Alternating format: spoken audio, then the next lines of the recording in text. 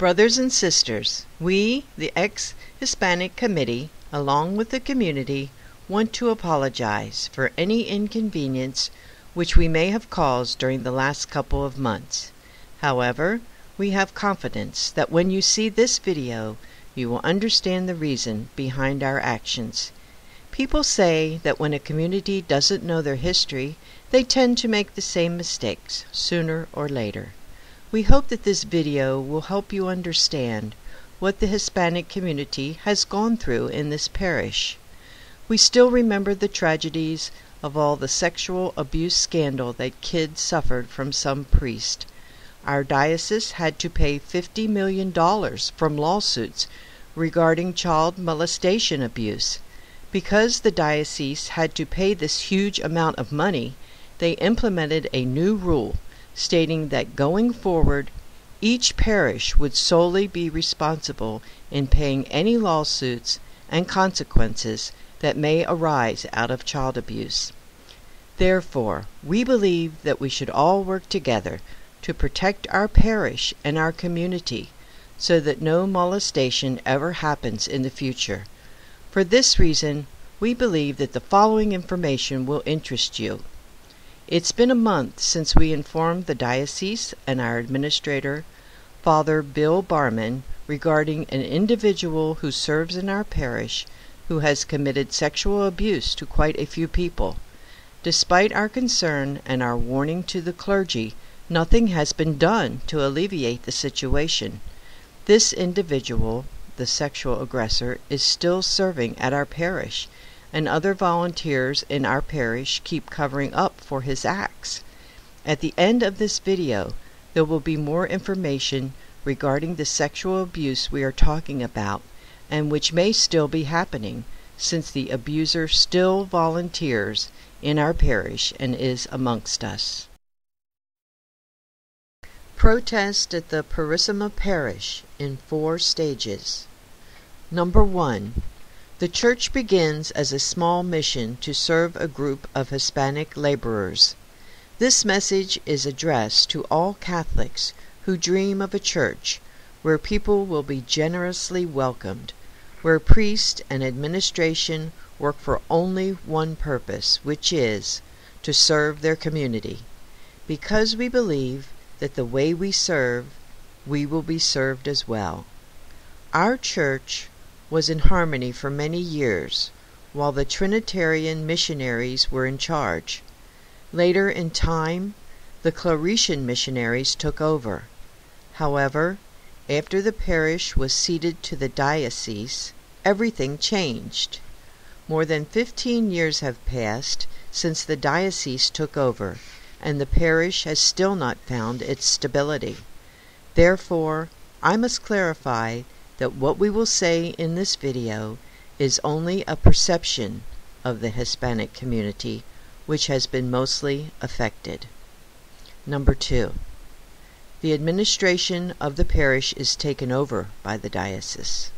Since the diocese took over our parish, it's been noticeable that their main focus is on the maintenance of facilities and not so much evangelizing our community. From the moment Alma Nieto took position in the parish, she has been at the front office. Years later, she was suspended from her position due to a large number of complaints regarding bad treatment to our people. However, as soon as the former parish priest left, the new parish administrator returned her to the same position she had before.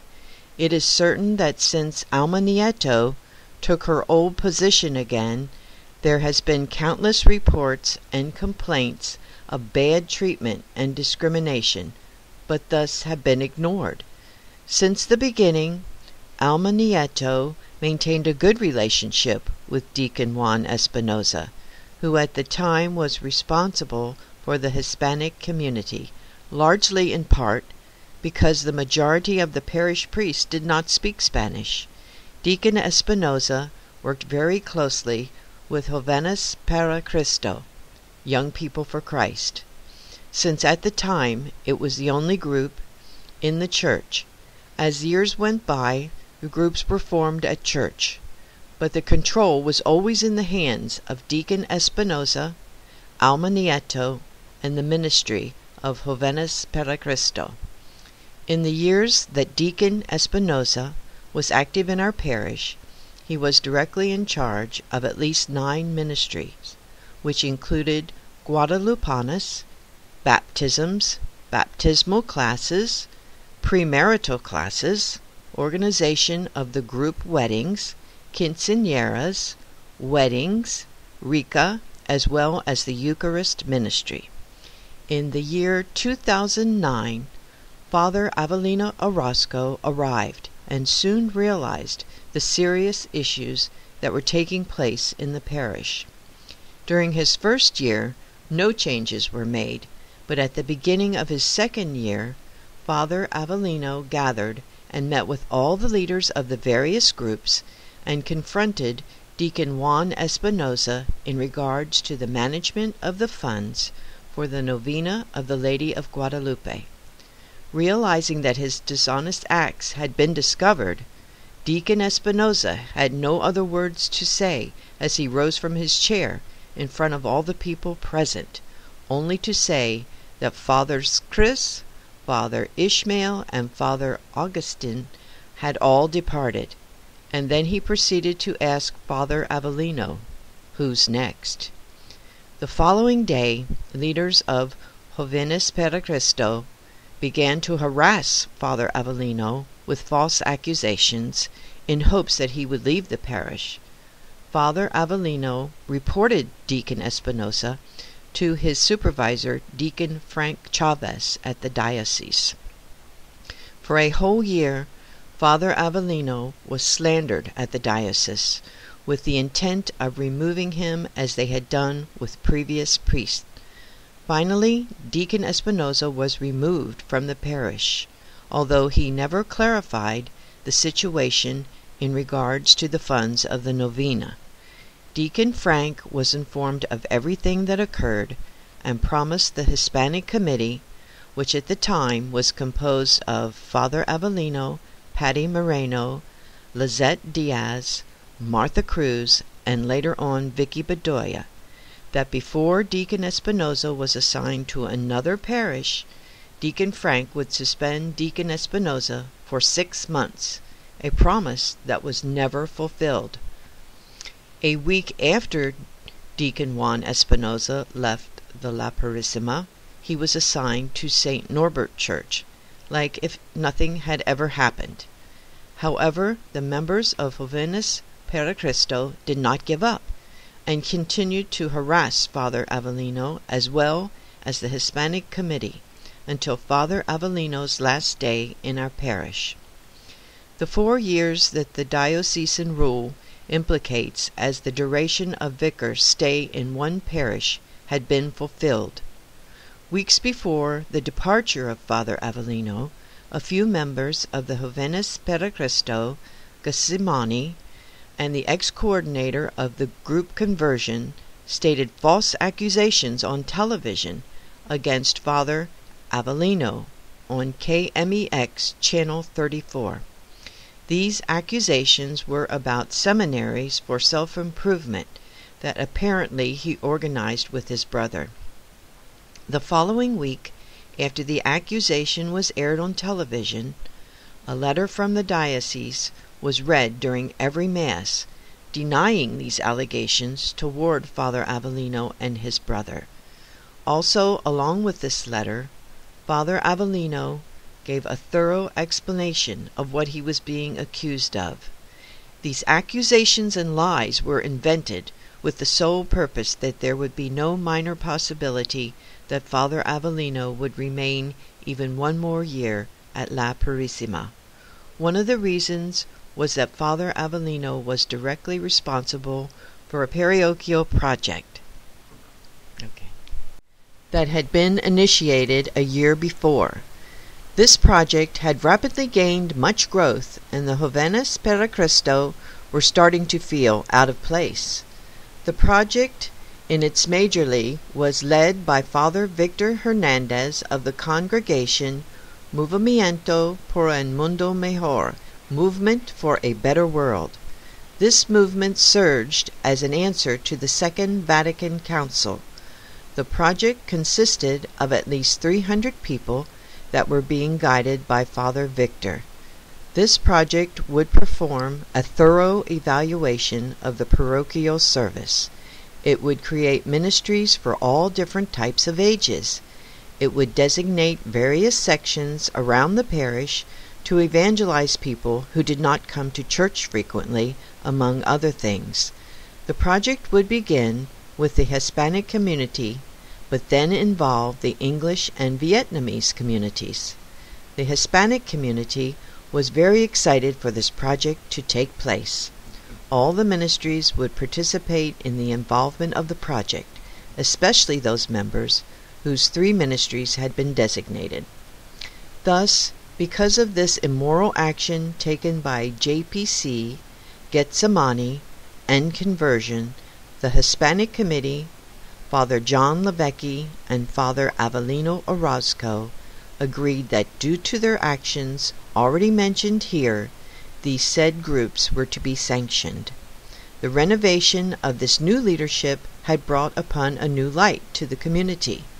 The favoritism that had lasted more than 15 years had come to an end, and new opportunities for many people would begin to take place. Number 3. The departure of Father Avelino.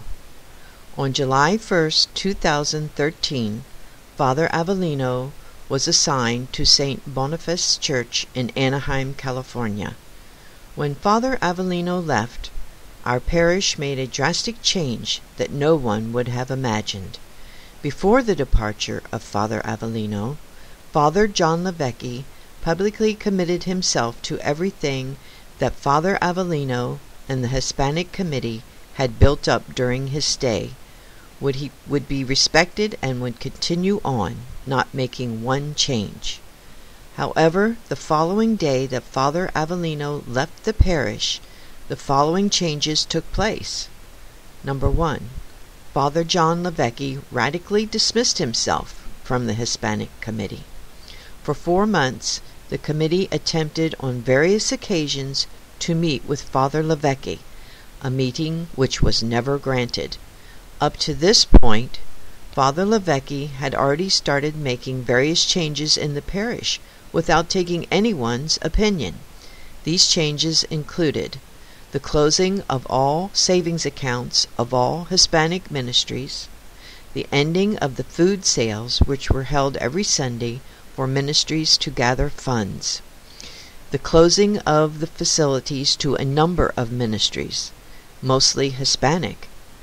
Father Levecki sends a letter to the Hispanic Committee asking them to resign their positions by stating that the trust had been lost, when in fact no meeting of any kind had taken place in 4 months due to his indifference. During this time, a few incidents of racism were reported against Father John Levecki. The first one consisting of him telling a member of the committee that Mexicans should learn English and forget about our traditions at the moment we cross the border. And if for any reason we wanted to continue practicing our traditions, we should then go back to Mexico. The second incident occurred when a quinceañera, along with her escorts, attempted to take pictures in front of the altar after the Mass ceremony ended. They were surprised when Father John practically pushed them out of the church building. The topic of the parochial pastoral project was never spoken about again, without the voice or opinion of anyone.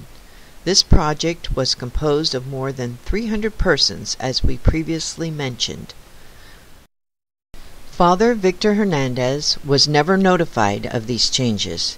He was simply ignored once the time came to continue with the project. He traveled from Mexico to our parish solely for the purpose of this project. Suddenly, Father John starts to meet with the dismissed groups, Jóvenes para Cristo, Getsemani, and Conversion, with the intent of bringing them back to our parish. Father Randy Gillian arrived at the parish to replace Father Avelino, as he had the ability to speak Spanish. However, facing the present situation that the parish was going through, Father Randy would not be of much help. It seemed that Father Randy shared the same ideology as Father John, for he suddenly began to preach in both English and Spanish during Spanish Masses, confirming what Father John had said to the Hispanic committee member, who Father Randy was a direct witness and had even prohibited the person to mention the incident to anyone. To many people of the community, this new change only made the Mass seem longer and even a bit dull. Please keep in mind that these Masses are meant to be in Spanish, not bilingual. The Hispanic committee did not seem to find an answer they were seeking from Father John, and therefore a meeting was arranged with Father Ben, the bishop's secretary, and Deacon Frank Chavez. They were all notified in person of what was occurring at the parish. They responded by saying that they would speak to Father John. A few days later, an email was received stating that they had spoken to Father John, who had accepted his wrongful behavior and also admitted that he was not feeling well due to his health, and promised that he would do his best to improve his behavior, although he never gave any justifications concerning why these changes had been made. Father Ben committed himself to make sure this would happen. The weeks passed, and still there was no answer from the diocese. In the meantime, Father John continued to make changes at the parish. These events motivated us to begin a protest at the Christ Cathedral. We believed that too much had been done for us to stay quiet and calmed. We felt that our community should be aware of what was happening, and at the same time it would help us in a way that the diocese would finally provide a resolution. Once again, we arranged a meeting with Deacon Chavez, in which there were 20 leaders of the different Hispanic ministries attending, and explained the problems that were occurring within the parish. He listened, but still no change was made. Father John still continued making changes in the community. The novena of Our Lady of Guadalupe was led by Jóvenes para Cristo. Some of them are beloved friends of Deacon Juan Espinosa, Gustavo Sanchez, Norma Villanueva, Roxana Barrera, and Rosario Barrera. These individuals never left Jóvenes para Cristo, and although they were not the official leaders, they were the ones who made the decisions to lead the group. The way and style of leading from the people we just mentioned influence the leadership of Gethsemane and Conversion, who work in the same way. But the question that still remains is why this from Father John changed so sudden and drastically. For a whole year Father John worked together, hand in hand, with both the Hispanic Committee as well as Father Avelino. The reality is that up to the present day, La Purisima finds itself in a worse situation than it was 15 years ago, when it was overtaken and overrun by the people already mentioned here. And honestly, these people have returned with the intent to never leave this parish. Both Deacon Espinosa, along with his wife, have been seen more than once visiting our church, possibly making plans for their return, while Alma Nieto and Jóvenes para Cristo increasingly make their way to what has been their nest for more than 15 years. Number 4. Reflections and questions. It saddens us to know that after many priests have left in an unfair manner, along with 3 different administrators and 4 vicars, all of them victims of a group that has grown and initiated 15 years ago, still maintains its power. This small group, who have not affected these members of the clergy, but also members of the community who had no option but to live with their rotten acts. Unfortunately, the past administration, run by Bishop Todd Brown, and the now current administration of Bishop Kevin Van, have made any movement towards a solution to what happened in the past and what continues to occur today.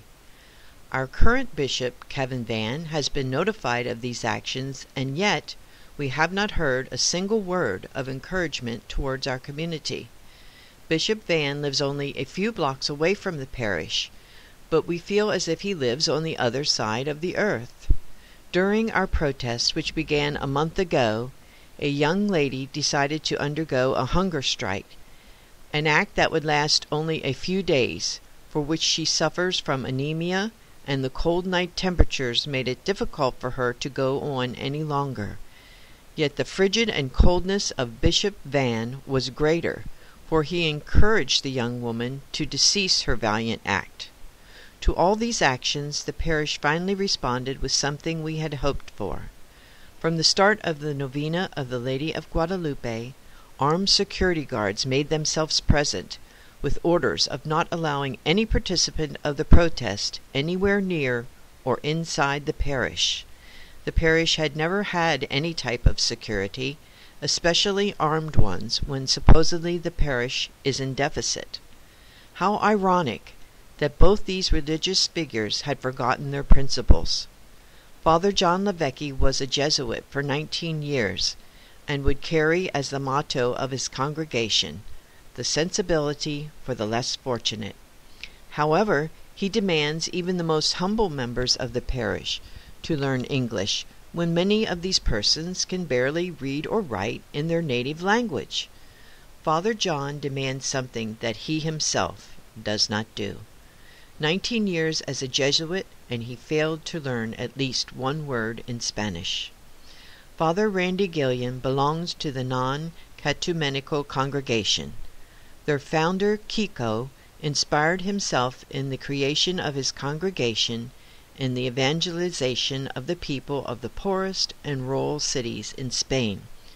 We ask ourselves, where has their sensibility gone?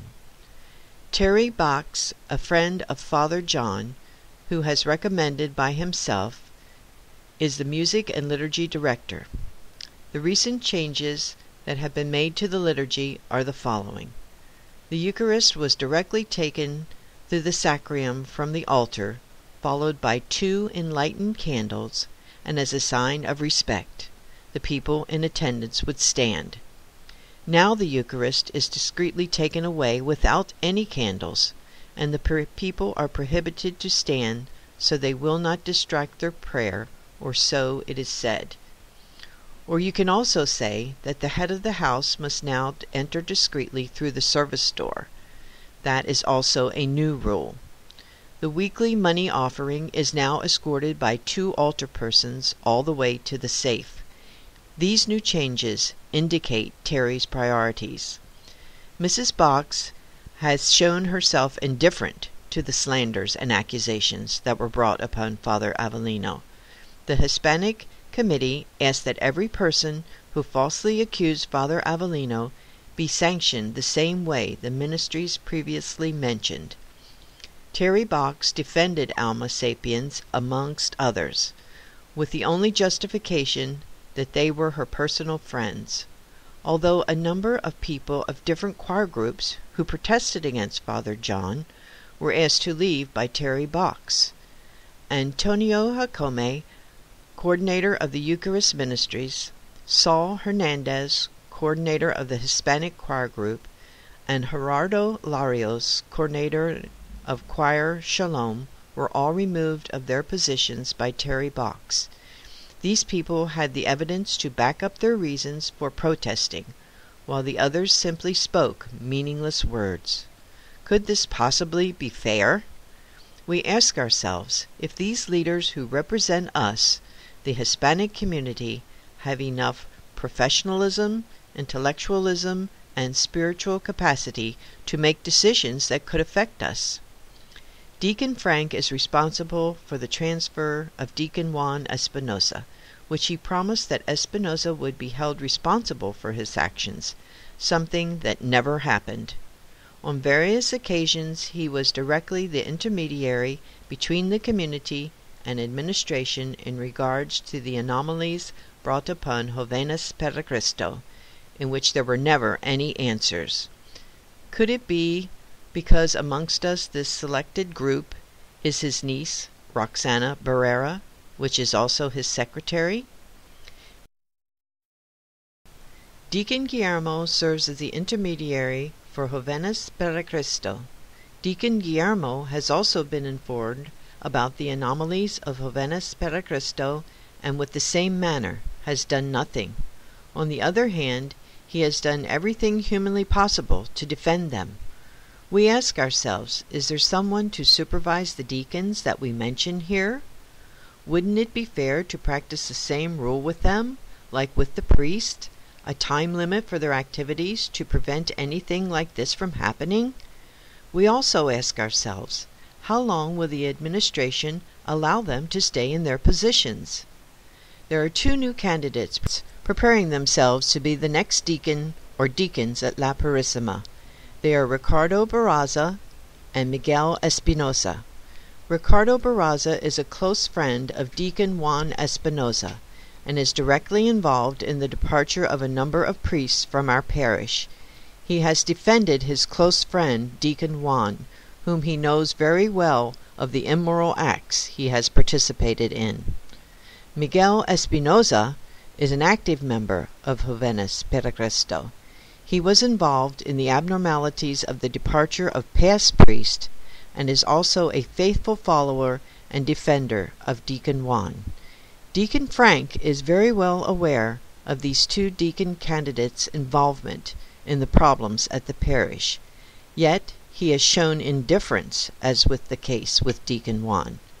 We also want to mention that only a few years ago, Mr. Salvador Alanis was a candidate to become a deacon, yet was discarded for the candidacy because of accusations brought about by three people: Gustavo Sanchez, Norma Villanueva, and Rosario Barrera. The current two candidates have been reported by more than 20 people for various acts of immorality, and still this was not enough for Deacon Frank to take any action and remove them from the running. We ask you, is this fair? Please keep in mind that we are talking about the clergy who is responsible for the evangelization of every Catholic in the county of Orange. What can we expect from these two candidates when they have indeed shown the characteristics and attitudes of former Deacon Juan Espinosa? The Association of Jóvenes para Cristo and the Association of Charismatic Renovation. Both of these associations have been informed about the situation in which their leaders find themselves. The answer from both ministries has been nothing.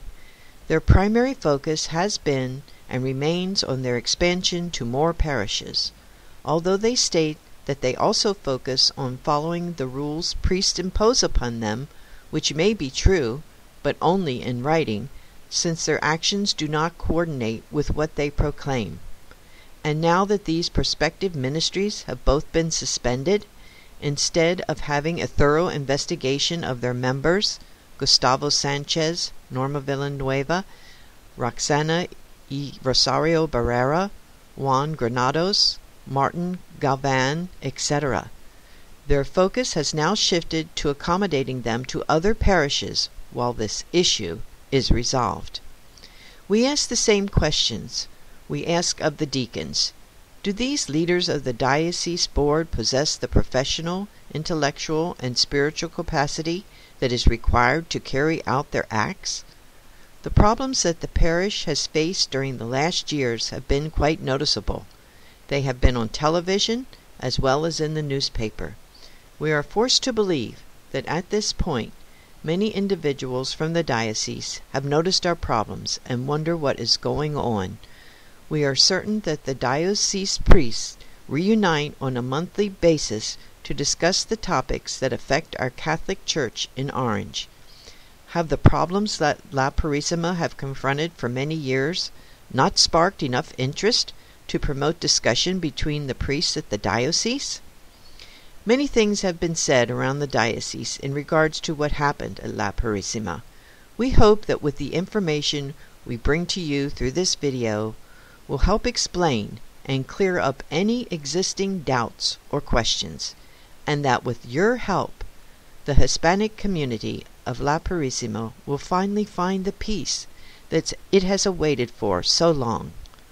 On January 1st, 2014, our parish received a new administrator, Father Bill Barman. The Hispanic community welcomes him with open arms. We feel happy because we hear that he speaks Spanish and praises the Hispanic community. We wish to tell him that we do not expect or want any form of favoritism, but simply that he respects us and that his actions are fair. The changes that Father John Levecki made were nothing but unfair. Although he already left on January 1st, nonetheless, we feel uncertain. We ask, who is the person responsible for the manipulation of our priests and the actions from certain individuals? We also ask ourselves, what kind of answers will Father Bill have? Will he be willing to listen to us, or will he let us remain in limbo? 15 years of silence has left us with nothing good. We hope that now that we have given the public all this information, Father Bill may give us better results. Please be alert and keep an eye out for the novel that is our lives here at La Purisima Church. In conclusion, the Hispanic Committee asked us the following question: what should be the response of a committed Catholic to a countless number of injustices from the administration at our parish, its pastors, and in its own way the diocesan administration? If we call ourselves committed Catholics, it surely doesn't mean to sit and do nothing, but to fight for a righteous church, where what it is preached is practiced as well, Sunday after Sunday. Pope Francis states from the Vatican, "Sinners, yes, but no corruption." Our Pope states this from the Vatican, and we assure ourselves that his words have a positive influence and results within our communities, like the one we seek for our community at La Purisima. For these reasons we protest, and will continue to do so until we have obtained what the Lord truly wants for his church. We greatly appreciate your time in watching this video. May our Lord Jesus Christ bless you always. Sincerely, the Hispanic community of the La Purisima Church.